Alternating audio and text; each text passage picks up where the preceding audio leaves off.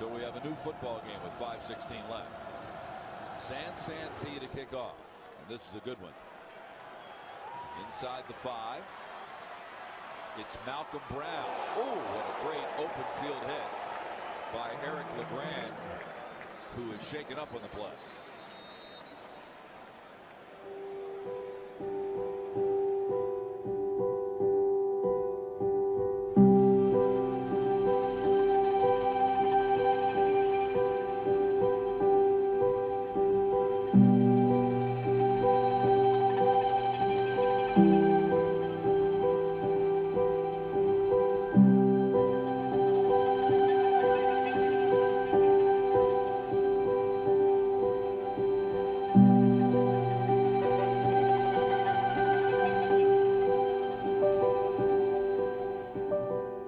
They showed interest in me at a very early age, and I always knew I wanted to be a Scarlet Knight.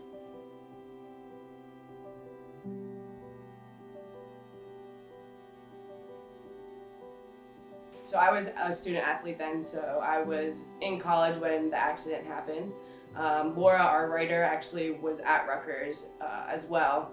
But for those that are watching that don't know exactly what happened, if you could please explain, what happened. Could you just take us back to the moments leading up to it, the moments during, and then the moments afterwards as well? October 16, 2010, we just tied the game up at MetLife Stadium versus the Army Black Knights, 17-17 with 5 minutes left in the fourth quarter, and was running down the field to make a tackle on kickoff. And this game, I was facing a double team, which means 2 guys were coming to block me right away. But that particular kickoff, I was able to get right by them, so I had a good 30, 40-yard head start at this guy I'm about to make this tackle on. And as I'm running down the field, I'm saying to myself, how do I want to make this hit? Because I know it's going to be a big collision. Do I want to use my shoulder or do I want to use my head? And I said it's going to be a big hit. Let me use my shoulder on it, leave my head totally out of the play. My teammate got there about a half a second before I did, and he tripped the guy up. When the guy got tripped up, his body twirled in the air. And as it twirled in the air, I put my head down thinking it was going to go on the side of his body when it being the tackle. But ended up going right, with the crown of my head went right into the back of his shoulder blade. And that's what caused the injury. And I remember laying there on the field and I couldn't move and I couldn't breathe. So that was easily the scariest moment of my life. As I'm laying there, I remember my coaches telling me to pray. The trainers are asking me, is it your head or your neck? I didn't know really what was going on. I thought I had a full body stinger, I'll be all right eventually, but not being able to breathe was very scary at the moment. From there, they got me off the field. They carted me off the field. And I remember I went to give that thumbs up to the crowd to try to let everyone know I was going to be okay, but felt like there was 1,000 pounds to the block laying in my hand and put me in another scary moment and getting to the ambulance and putting an oxygen mask on. And I went to take a deep breath with that oxygen mask thinking I was going to be able to do that. And I wasn't able to, and I kind of blacked out. And don't remember much until I woke up on Wednesday. This injury happened on Saturday, but only bits and pieces I remember in those first few days. So with that power, of someone running full speed at you, what did that collision feel like? People ask me all the time too, what did it feel like for you? And honestly, the collision was so big. It was like a 150-pound man that was a track sprinter running full speed into a brick wall that I broke my neck right away that I didn't even feel the pain because the collision was just so big and that my neck broke right away and went right into my my spinal cord, which numbed the pain from it right away. Because people asked, did you feel it? Did you hurt anything? And honestly, I didn't feel it because right away my body instantly went numb and went stiff like a board. So that's how I knew it was a big hit. And then you can hear the crowd. The crowd was like, ooh, and that's why I tried to get up to celebrate with my team at first, but obviously I couldn't move. Well, what level injury was it? I was a C3, C4, so I fractured up pretty high in my vertebrae. Yeah. It was a pretty high injury.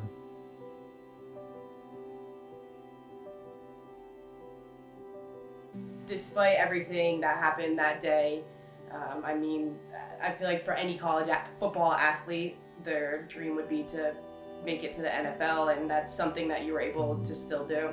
Yeah, it was awesome. My coach left Rutgers after 2 years after my injury, and he took the job down with the Tamba Bay Buccaneers, and that would have been my draft class year, I remember, and he remembered that.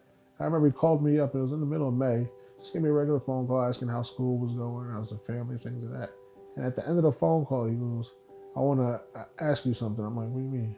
He goes, how would you like to be a part of the Buccaneers? I'm like, what do you mean, coach?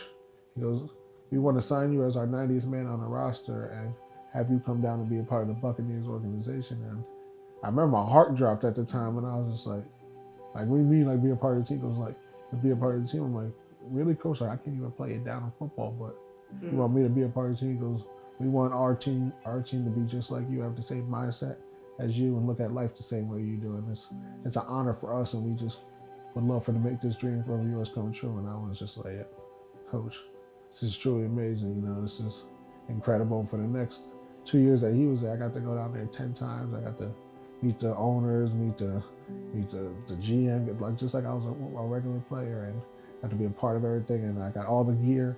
I told him, if it's free, give me 3. I had to get hooked up with all the gear, which was awesome. And I got to, like I said, be a part of the team, which was truly amazing. I got to retire, sign my retirement papers from the NFL 3 months after I signed my contract. So that was awesome too. Wow, that's incredible. That's truly amazing. So now what? You know, now how is life day to day? Now having to be cared for. You know, you can't be independent anymore. Do you let yourself have, you know, the moments of anger or of sadness, or, you know, do you have raw moments still to allow yourself to feel, you know, everything that has happened?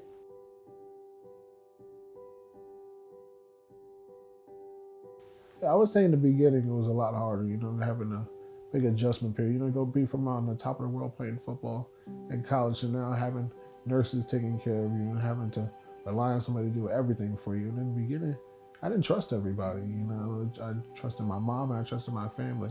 And now you're sending all these different nurses and aides to my home, and I'm like, who are these people? I didn't want them to feed me. I didn't want them to do anything. But obviously I had to have an adjustment period because my mom can't do everything. My family can't always be there to do everything. I had to get used to having nurses. And for a while, you know, it took me a while to kind of grasp onto it. But now I would kind of say I'm kind of used to it. But, you know, going through a 2-hour process every morning, that's never any fun. You know, I used to be able to get up, get ready, be out the door in a half hour. You know, now, you know, I got to plan my schedule around, you know, making sure I have those 2 hours in the morning set free. So I got to go through this, got to go through that, getting up in the sling, going into the bathroom, into the shower chair, you know, back into the bed, get dressed. All that kind of like I guess I'm used to it now. I go through it every single day. It's kind of just now part of my life, but it was definitely a big adjustment for me in the beginning. And, you know, just to relying on what I used to, you know, be able to do. You know, it's the things that we take for granted in life sometimes where you don't realize it. Like, wow, just getting outside to go get in the car and you drive down the street. Like, I wish I could be able to do that 3 times, but I understand that there's a bigger purpose for this thing. And if I have to go through this now and deal with this now, at the end of the light, when I get to that light at the end of the tunnel, it's going to be for a bigger purpose. So our show is about perseverance, of people overcoming the unimaginable so that others can find the strength to persevere too. We want to pay this forward as much as we can. You know, we know that you've become a hero because of this, not just among the Rutgers community or New Jerseyans, or even the larger professional sports community. So even Drake, Kevin Hart, Bryan Cranston, even former President Obama, everyone loves you. It isn't so much about what happened to you, it's really about how you reacted to it. So I have here your book that you wrote called Believe, My Faith in the Tackle That Changed My Life. And every time you've spoken or written about October 16th, 2010, you mentioned that your faith in God has been your driving force behind your positivity. If you could just tell us a little bit more about that, how do you remain a man of faith given the adversity that you have faced? You know, I always say that God put us all here for a reason. You know, we're going to deal with some type of adversity, whether you're 5 years old or 65 years old. Some harder than others, some easier than others. But it's how we handle it ultimately defines us. And, you know, I feel like he's going to put us through different battles, but nothing that we can't handle. And sometimes our life is flipped and turned upside down, just like mine was, and it affects a lot of other people. But when you have people that are there praying for you, wishing you well, and doing this, it kind of made me take this on as a responsibility. Like, I'm not just here to, you know, sulk and mop in my room. No, I'm here to help other people. If they could look at my situation and say, look, he's doing this or he's doing that, why can't I do what I want to do with my life? And I say that's just a blessing from God, and all the things I've been able to do, the people I've gotten to meet, and the places I've gotten to go. it's all blessings, and it's truly incredible. And people ask me all the time, like, hey, would you go back and change that moment from when it's happened and to where you are now? And I always say, it would be hard to change that moment. Of course, I do not like being paralyzed. I don't want to be sitting in this chair. But all the incredible stuff that has happened to me since that day, I don't know if I can take back those memories now. So before we go, I'd like for you to tell us a little bit. I'd like for you to tell us a little bit about Team LeGrand. I know that it is a branch under the Christopher Reeve Foundation. So Christopher Reeve is the original Superman who was in the movies back in the 70s and the 80s. And when they first approached me about joining them and being a part of the foundation, I had no idea who Christopher Reeve was. And I remember my mom came into the room and she was all excited. It was like, hey, Christopher Reeve Foundation, they want to be a part of you. They wanted to have a meeting, this and that. I was like, Mom, it's Christopher Reeve. And she lost it. I'm like, why are you kidding me? Blah, blah, blah. She forgot I was born in 1990. But anyway, once I did my research on Christopher Reeve and saw how he had a paralyzing spinal cord injury, and his goal was to find a world with empty wheelchairs. That was his goal, to get to where, where people are up on their feet walking. We can look at this injury one day just like a common cold. And, once he passed away, unfortunately, I feel like the torch was passed along to me to, shed light back onto spinal cord injuries and show that, anything is possible through the research that they were doing, with all the grants that they were doing, all the amazing things that they were doing. And people were always asking me, like, what can we do to help you?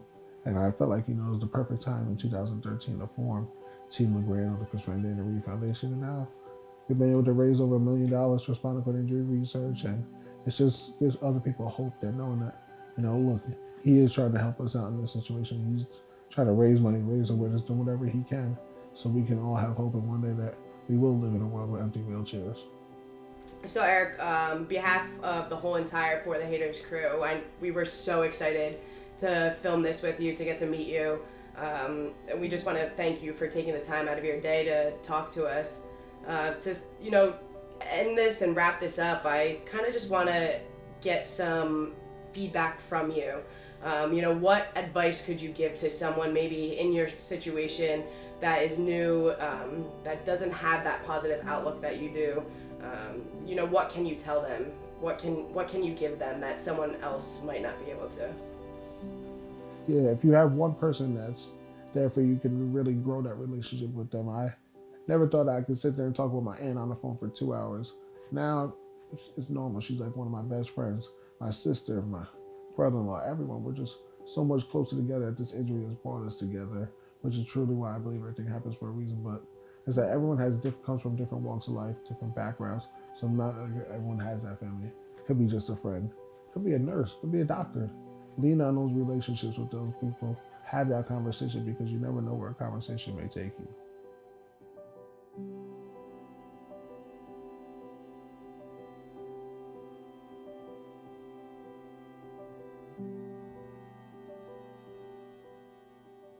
For the haters, come on, do it now or later. Whoa, yeah.